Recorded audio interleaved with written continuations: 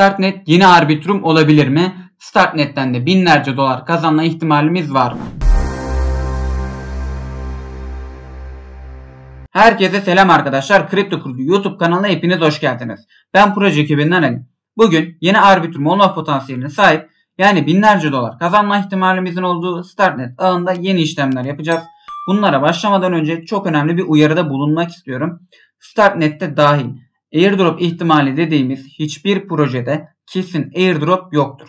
Ancak airdrop yapma ihtimalleri de çok yüksek ve dediğim gibi kesin değil. Ayrıca bu airdroplarda belirlenen bir sürede yok. Yani bir yıl sonra da olabilir, bir hafta sonra da. Dolayısıyla bu projelerde tek seferlik işlemlerinizden ziyade belirli aralıklarla yapılması çok daha iyi olur diyorum ve videoya geçelim. Startnet'ten ilk defa bahsetmiyoruz. Cüzdan kurulumundan ağın detaylarına kadar her türlü bilgiyi Kripto Kurdu sosyal medya hesaplarından bulabilirsiniz. Bu videoya aslında 4 gün önce yayınlanmış olan Startnet Airdrop videosunun devamı niteliğine de düşünebilirsiniz. Yani Startnet'te daha önce hiç işlem yapmadıysanız ilk olarak sağ tarafta kartlar kısmında da görebileceğiniz bu videoyu izleyip buradaki adımları uygulamanızı öneririm. Ardından buraya tekrar gelebilirsiniz. Platformlara geçmeden önce ilk olarak kullandığım cüzdan üzerinden bir işlem yapmak istiyorum. Ben Argent cüzdanını kullanıyorum. Bravos kullanan varsa aynı işlemi orada da yapabilirsiniz. İlk olarak cüzdanıma tıklıyorum. Şurada gördüğünüz gibi direkt olarak cüzdanın ana sayfasını açıyor. Burada aşağı kısımlarda bir NFT kısmı var. Onun da hemen yanında swap bölümü var. Buraya gelip hemen bir tane işlem gerçekleştireceğim. Şöyle çok düşük bir miktar yazıyorum buraya, 35 centlik. Bunu USDC'ye çevireceğim. Buradan swap diyorum. Şimdi burada bana ödeyeceğim ortalama fee'yi gösteriyor. 86 centlik bir fee çıkardı. Buna confirm diyeceğim şimdi. Buranın tamamlanmasını bekliyorum. Şu an tamamlandı. Şimdi cüzdana şöyle baktığınız zaman şu alt kısımda bir yazdığını görüyoruz. Bu şu an işlemde olduğu anlamına gelir. Bu işlemi yani bu üstteki işlem, pending'de bekleyen işlem az önce yaptığım işlem. Onun bir de hemen altında videoya geçmeden yaklaşık bir 10-15 dakika önce yapmış olduğum bir işlem var. Şimdi ikisinden de size göstermem gereken bir şey var. İlk olarak bunu açayım. Daha sonra da az önce açtığım işlemi açıyorum. Şu şekilde yerlerini değiştireyim. Bu az önce açtığım işlem. Gördüğünüz gibi şu an bu ikinci aşamada. Bu ise yaklaşık bir 15 dakika önce açtığım işlem. Gördüğünüz gibi burada süreç ilerliyor. Yani 15 dakikada buraya geldi. Bundan sonra devam edecek. En sonunda da işlem zaten tamamlanmış olacak. Bu da az önce yapmış olduğum işlem. Şimdi bu ikinci adımda burası tamamlandığı zaman buradaki bir yazısı gidecek ve işlemin geri kalan süreçlerinin tamamlanmasını bekleyeceğiz. Yani bir işlem tamamladığınız zaman, burada bir işlem yaptığınız zaman işte MetaMask'ta yani diğer ağlarda yaptığımız gibi bu işlemler direkt olarak tamamlanmıyor. Yani Startnet ağında herhangi bir işlem yaptığınız zaman bunun direkt olarak olmasını beklemeyin. Bu süreç biraz uzun sürüyor. Dediğim gibi buradan da takip edebilirsiniz bu süreci. Daha sonra bunları kapatayım. Şimdi eski videoya, yani 4 gün önce atılmış bu videoya geri dönüyorum. Bu videoda DeFi Lama'da 3 tane platform olduğunu görüyorum. 10K Swap, MySwap ve Jedi Swap. Daha sonra DeFi Lama'ya tekrar geliyorum. Ve bu sefer burada 4 tane platform olduğunu görüyorum. Yani buraya yeni bir platform daha eklenmiş. Startnet ağına olan ilgi arttıkça buradaki platformların sayısı da artacak. Burayı da düzenli olarak kontrol edebilirsiniz. Buraya yeni platformlar eklendikçe o platformları da deneyebilirsiniz. Şimdi ilk olarak bu SixSwap'a tıklayacağım. Buraya tıkladıktan sonra burada zaten aşağıda web site ve Twitter linkleri bulunuyor. Bu butonlara bastığım zaman beni yönlendirecek. Burada da yine bir uyarı yapmak istiyorum. Startnet'te evet şu an ilgi artıyor. Ama ağ olan ilgi arttığı gibi ağdaki art niyetli insanların sayısı da artacaktır. Yani scam sitelerin sayısı da artacak. Dolayısıyla bu sitelere giderken güvenli noktalardan, yani güvenli linklerden gitmeye özen gösterin. Buradan web siteye tıkladığım gibi beni direkt olarak web sitesine yönlendirecek zaten. Bunun linkini de yine açıklamalar kısmında bulabilirsiniz. Sağ tarafta Go to App seçeneği var. Ona tıklıyorum. Ve sitenin açılmasını bekliyorum şu an. Evet, siteyi açar açmaz zaten sitenin yeni olduğunu fark edebileceğiz. Çünkü burada stake, vote ve revert kısımlarının daha aktif olmadığını görüyoruz. Burada sadece swap ve likidite kısımları aktif. İlk olarak sağ taraftaki Connect Wallet seçeneğine tıklayalım. Burada 2 tane cüzdan seçeneği çıkacak ki zaten Startnet'te şu an kullanılan sadece bu ikisi var. Buradan Argent seçiyorum ben. Argent kullandığım için. İlk olarak swap kısmına geleyim. Buradan elimdeki Ethereum'larla bir miktar USDC alacağım ben. Şekilde bakiyemin %5'i kadar alacağım. 1.91 dolar yapıyormuş. Buradan swap diyeceğim. Direkt olarak cüzdanı açtı. Burada ödeyeceğim ortalama fee vesaire gösteriyor. Buradan şimdi bakın cüzdanın altında 1 yazıyor zaten şu an. Confirm diyorum. Şu an 2 yazdı. Yani şu an pending'de bekleyen 2 tane işlemim var. Bu işlemleri de az önce gösterdim. Tekrar göstereyim.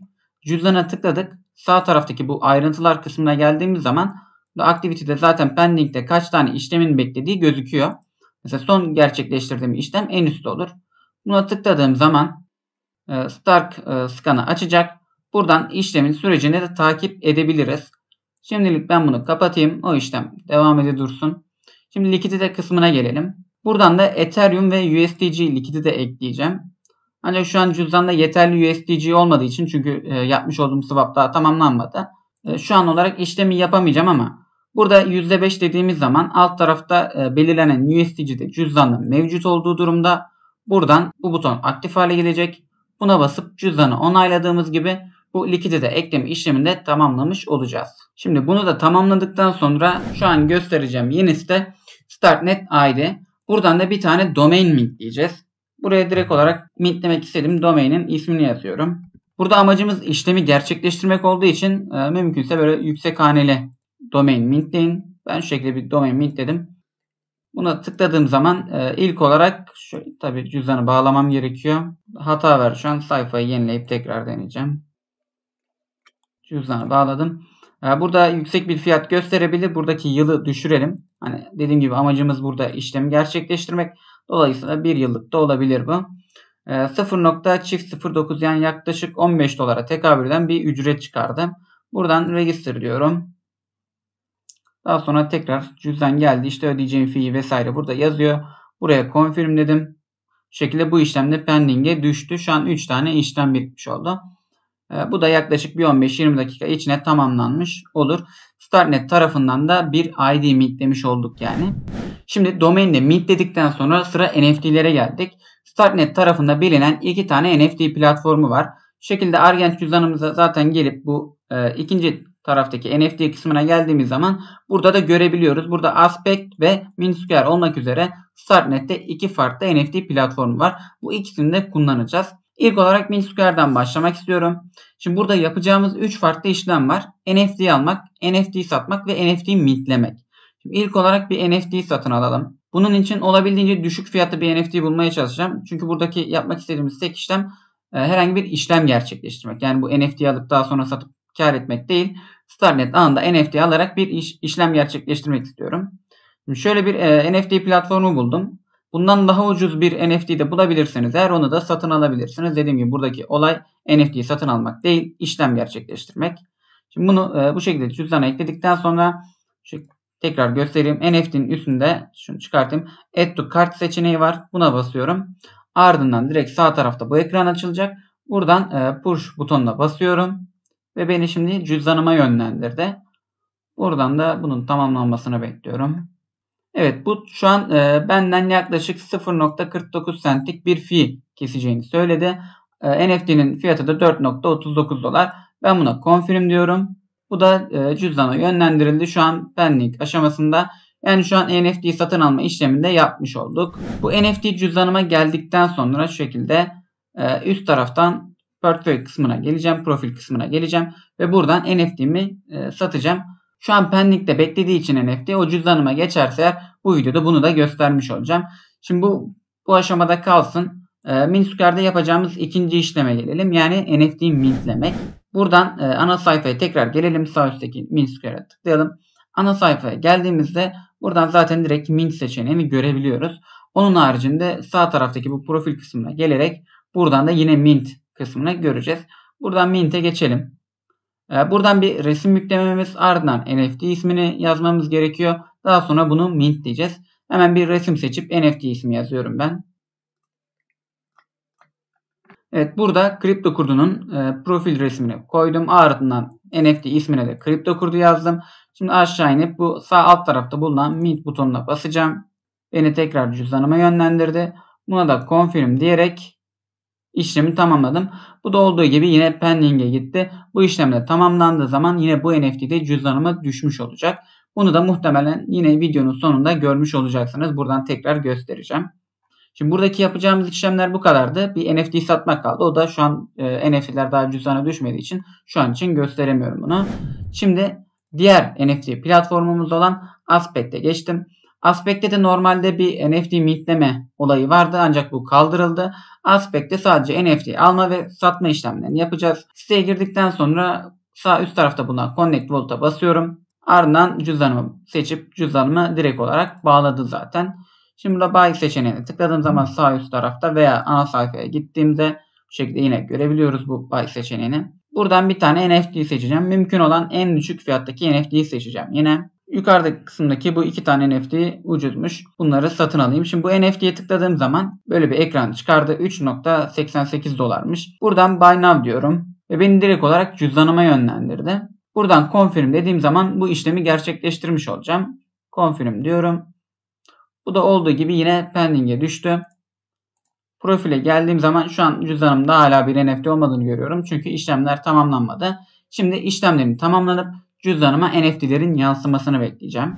Evet, yaklaşık 15 dakika bekledikten sonra hem ilk satın aldığım NFT hem de oluşturduğum NFT cüzdanıma yansıdı. Şimdi bu ikisini de iki farklı platformda da satışlarını nasıl gerçekleştiririz bunları göstereceğim. İlk olarak Minisquare'e geçiyorum. Şimdi satmak istediğim NFT'yi seçtim buradan. Bu NFT'ye girdiğim zaman zaten burada sell seçeneği çıkıyor. Buna bastığım zaman unlock deyip cüzdan onayı vermem gerekecek. Buna onay verdim. Şu an bu verdiğim onay da ama yine aynı şekilde pending kısmına gidiyor. Şimdi bu da yine burada beklesin. Şimdi diğer platforma geçelim. Diğer platformda da bu işlemi nasıl yapacağız onu göstereyim. Aztek'e geldik. Şu şekilde tekrar bir profile geçeyim. En baştan göstereyim. Burada NFT'lerden NFT'yi seçtim. Buradan List for Sale seçeneği çıkacak. Buna basmam gerekiyor. Buradan fiyat belirleyeyim. Örneğin 0.1 diyeyim. Tabi bu kadar yüksek fiyat belirlemeyelim. Hani amacımız çünkü bunun satışını gerçekleştirmek olduğu için düşük bir miktar giriyorum. List for Sale seçeneğine tıklayacağım. Yine buradan da bir izin vermem gerekecek. Şu şekilde bir approve izni vermem gerekecek. Confirm diyorum. Bu şekilde bir hata verdi bende. Bunu kapatıp tekrar bunu deneyebilirim. Bu şekilde bunu tekrar deniyorum. Yine confirm diyorum. Şimdi bunu gönderdi. Şu an bu işlemimde pending'de bekliyor. Yaklaşık 10-15 dakika bekledikten sonra her iki platformdaki transaction işlemlerim de onaylandı. Şimdi NFT'mi rahat bir şekilde satılığa koyabilirim. İlk olarak Minisquare'e geldim. Profil kısmına geçiyorum. Buradan zaten NFT'mi direkt olarak gördüm. NFT'ye tıkladım. Burada sell kısmını basıyorum. Burada ne kadar fiyata satmak isteyeceksem onu belirteceğim. Ardından list diyorum. Ve bu cüzdan onayla sim diyerek onayladığım gibi anında pazar yerinde listeleniyor. Listelenir listelenmez de cancel listing diyerek bunu market yerinden çıkartabiliyoruz. Ancak şöyle bir uyarı da yapmam gerekiyor. Bunu cancel listing dediğim zaman şimdi örnek olarak göstereyim. Buradan yine cancel listing diyorum. Ama şu şekilde bir transaction onayı çıkıyor karşıma. Bunu confirm diyerek onaylayacağım. Ancak bu direkt olarak marketten çıkmayacak. Yaklaşık yine bir 10-15 dakika beklemem gerekecek. Dolayısıyla NFT'nizi pazar yerinde listelerken fiyatı 2 kere kontrol edin.